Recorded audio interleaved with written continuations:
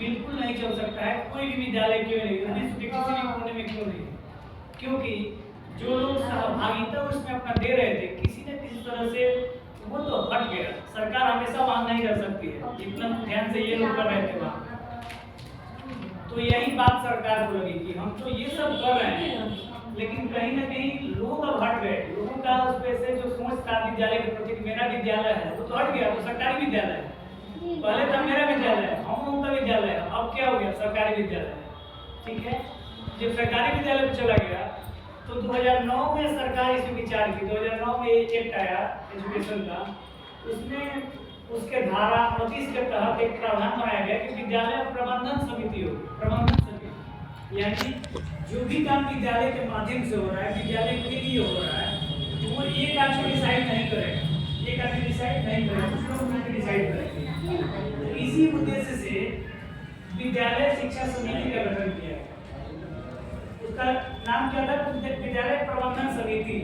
लेकिन बिहार सरकार उसी पर विचार की था, अपना इसका एजुकेशन एक्ट आया 2011 में दिया था, उसमें उसी को विद्यालय शिक्षा समिति के नाम से नियमावली लिखा है कि हमारे यहाँ प्राथमिक विद्यालय और प्रारंभिक विद्यालय यानी जो 1 से 8 तक के विद्यालय है उसमें क्या होगा, तो विद्यालय शिक्षा समिति होगा। उसी का संशोधन करके 2013 में पूरी नियमावली बना दी गई कि विद्यालय शिक्षा समिति में ये मेंबर होंगे, इनके लिए योग्यता ये होगी और इतने दिन तक रहेंगे, समिति इतना दिन तक रहेगी, इनके ये कार्य कोई ठीक है। बस 5 साल में खत्म कर देंगे, ज़्यादा बात ही नहीं। हाँ देखते हैं, तो जब यह बात होगी कि ये मेंबर रहेंगे, ये काम करेंगे, तो फिर उसी में बात आती है कि क्या क्या कर सकते हैं, और मूल रूप से वही हो जाएंगे। तो विद्यालय शिक्षा समिति के 17 मेंबर संकुल के समन्वयक, जैसे ही संकुल के सर समन्वयक हैं, तो इनको भी बुलाया जाएगा। उसमें किस चीज़ के लिए, जब वहाँ पे गठन होगा विद्यालय शिक्षा समिति का, तो सभी आदर्श सदस्य के रूप में उसमें स्थापित होंगे। तो कुल मिलाकर 18 आदमी होते हैं। 18 आदमी में से 9 आदमी सिर्फ माताएं होंगी। माताएं मतलब जिनके बच्चे विद्यालय में पढ़ रहे हैं। पहले तक कोई भी रह सकता है मेंबर, लेकिन बाद में उसे क्या किया गया कि विद्यालय के बच्चे जो हैं उन्हीं के गार्जियन बुलाए गए। क्या सारे लोग के बच्चे पढ़ रहे हैं विद्यालय में? ऐसे तो कोई नहीं होंगे जिनके नहीं पढ़ रहे हैं। हो सकता है कि एक आध साल में निकल गए हो, ऐसा भी हो सकता है। लेकिन जब आप चुनाव हुआ है आपका, तो आपके बच्चे जरूर उसमें पढ़ रहे होंगे, और जिसके बच्चे पढ़ रहे हैं उसका चुनाव करने का यही सरकार का लक्ष्य है कि जब आप अपने बच्चे के लिए सोचिएगा तो कभी भी ऐसा सोचिए। दूसरे के लिए जैसे मान लीजिए कि ये बोला जाए कि ये किताब है, ऐसा है 20 किताब है, हमने इसको फटा हुआ है, ये अच्छा किताब है, अपने लिए आप एक निकालिए, तो अपने लिए कोई भी निकालेगा तो अच्छा वाला निकालेगा। लेकिन कहा जाए कि सारे को बांटिए, तो 19 को बांटिएगा, लास्ट में अपने लिए अच्छा कोई भी करेगा, ऐसा उद्देश्य होता है। तो सरकार यही विचार करके उन्हीं लोगों को चुनने के लिए बुलाई। पहले पिता लोगों को शुरू में लिया जाता था, सब लोगों के समय में पिता यानी गार्जियन आते थे। लेकिन अभी पूछा जाता है आप लोगों में कितने लोग हस्बैंड बाहर रहते होंगे, दिल्ली, बॉम्बे या विदेश में, वो लोग कभी आप आएंगे बैठे होंगे। लेकिन माताएं तो घर पे रहती है, 99% में माताएं घर पे रहती है, 1% कोई काम करती है। तो वो लोग आसानी से आ सकते हैं बैठक में, बातों को समझ सकते हैं। इसीलिए माता समिति के रूप में 9 लोगों को लाया गया। उसमें से कहाँ से 9 लोग आते हैं, तो कैटेगरी वाइज है।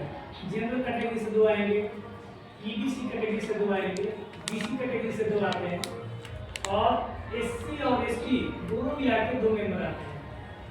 एक निःशक्त बच्चे की माता है। कुल मिला के ये मेंबर हो गए 9। इसके अलावा जो उस वार्ड, जिस वार्ड में विद्यालय है, उस वार्ड के जो वार्ड सदस्य, जैसे मेंबर ये वार्ड सदस्य है वहाँ की, तो जीती हुई जो वार्ड के सदस्य होते हैं वो पदेन अध्यक्ष हो जाते हैं। मतलब उसकी पूरी कमेटी है, पूरी कमेटी की अध्यक्षता करने का जिसको पावर दिया गया वो कौन है, उसकी वार्ड है, वहाँ के जो वार्ड मेंबर जीत के आते हैं। और जो 9 मेंबर चुने गए हैं, उस मेंबर में से एक आदमी को सचिव बनाया जाता है। सचिव बनाने का उद्देश्य क्या है, देखिए विद्यालय के विकास के लिए सरकार जो पैसा देती है, अगर उसे बोला जाए कोई एक टीचर को खर्चा करने के लिए दे दिया जाए, सीधे हेडमास्टर को खर्चा करने के लिए दे दिया जाए, तो संभव है, हो ही सकता है। ऐसा लोग थोड़ी जाएगा, हम लोग तो अपने खाता का खुद ही उपयोग करते हैं। लेकिन वो पूरे विद्यालय के लिए है, इसीलिए एक आदमी की जिम्मेदारी में नहीं छोड़ा गया, उसमें 2 आदमी को लगाया गया कम से कम, एक प्रधानाध्यापक और एक जिनको 9 लोग मिल के चुनेंगे उनको क्या बोलते हैं, सचिव। तो 9 लोग मिल के उनको चुनते हैं सचिव को, और वोटिंग में बराबर वोट पड़ गया, सब कोई बोल रहा है कि एक 2 आदमी का खड़ा हुआ, दोनों में 4 वोट पड़ गया, तो उस स्थिति में क्या होगा,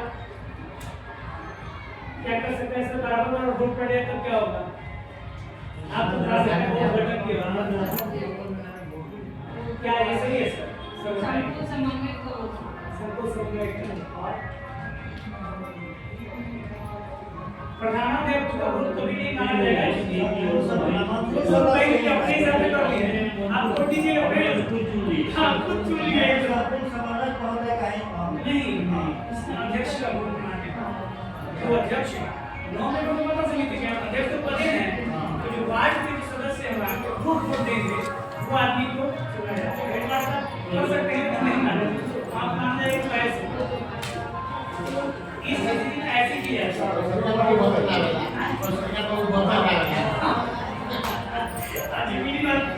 लेकिन हम हो जाए तो सचिव करना चाहिए। इसी स्थिति में एक मेंबर सचिव होंगे, फिर और 9 मेंबर द्वारा बात किए जो अध्यक्ष हो गया, एक प्रधानाध्यापक रहेंगे, उसी कमेटी का प्रधानाध्यापक भी, तो आप लोग के बच्चे हैं प्रधानाध्यापक के भी बच्चे, वो सब बच्चों को अपना ही मानते हैं, तभी तो अच्छे से विद्यालय चलता है। इसके बाद एक वरीय शिक्षक होते हैं, कमेटी में एक वरीय शिक्षक होते हैं, शिक्षक क्या शिक्षिका कोई भी एक वरीय शिक्षक, वहाँ पे गांव में जीविका चलता है, जैसे बता रहे थे कि जीविका कमेटी होता है, आपको जीविका चलता है, तो जीविका में सबसे नीचे होता है समूह होता है, उसके ऊपर पढ़ने पे उसमें ग्राम संगठन होता है, ग्राम संगठन डीओ बोला जाता है।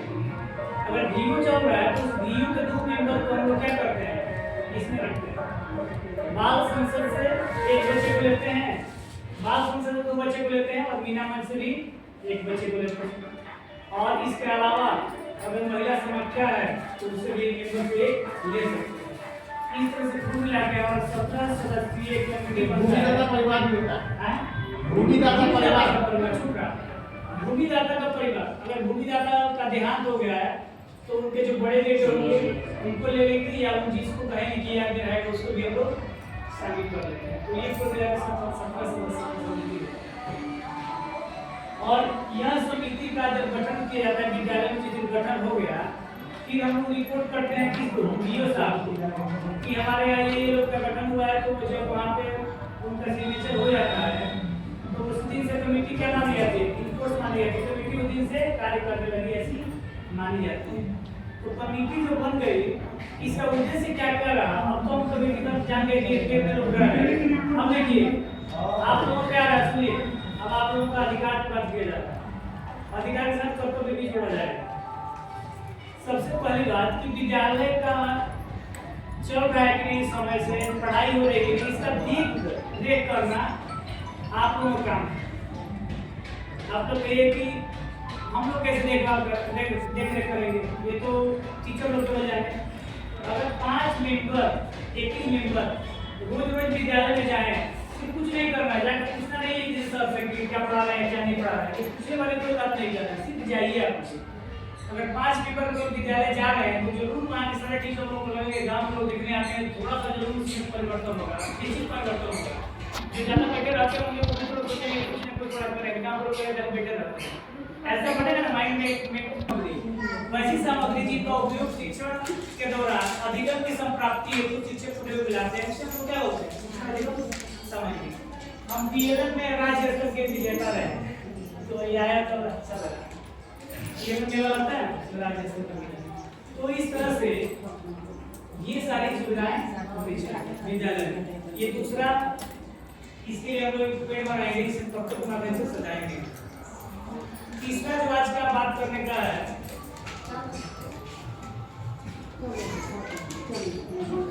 ये तैयार करती है और इसके आधार पर योजनाएं बनती है, जो योजनाएं अपने साल भर के लिए लागू होती है विद्यालय से।